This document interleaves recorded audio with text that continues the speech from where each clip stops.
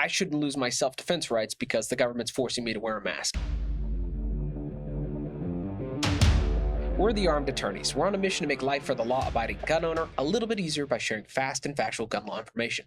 Today, we're talking about carrying while wearing a mask, and stick around for a pro tip at the end because we're talking about heightened security at the entrances of businesses. But before we begin, show your support for the Second Amendment by hitting that like button.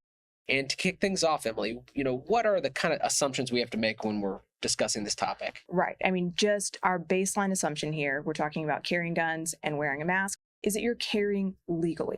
So whatever that means for you in your state, whether it be under the authority of a license or permit, or potentially just a lawful carry under permitless carry. But baseline, you are lawfully carrying your weapon. Now we add the masks in. Yeah, and what started this discussion was kind of all the hubbub we saw online, Facebook groups, Reddit, and even on YouTube.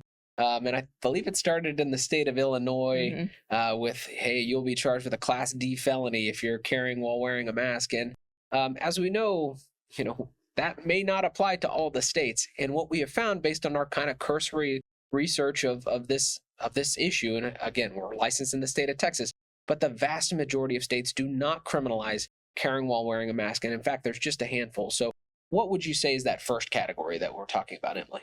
Yeah, so there are, places that criminalize the category of wearing a mask with the intent to commit some sort of criminal act. And for that, our medical masks are, when we have to wear them, are not going to constitute. I mean, if you're just carrying, going about your business, going to the grocery store, and the grocery store says you have to wear a mask to come in here, that's not going to constitute intent to commit a criminal act.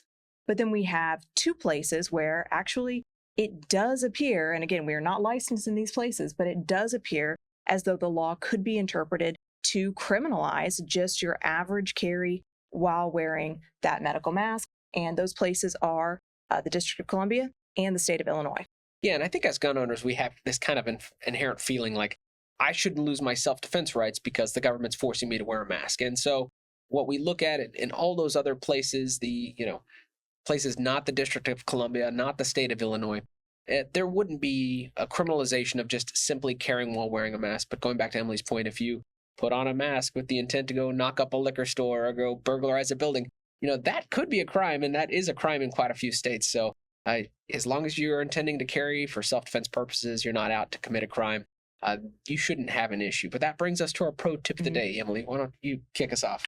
Yeah, and I think we may start to see this where, we're in the holiday season now, and, there are, reports of potential new variants emerging. And anytime these things happen, we're going to see not only governments trying to impose more mask mandates, but also private businesses who might choose to up their criminal trespass rules. And so our pro tip of the day is criminal trespass is your heightened security at the entrances of businesses. You're going to see more and more employees who are enforcing rules, whether that be a no carry rule or other.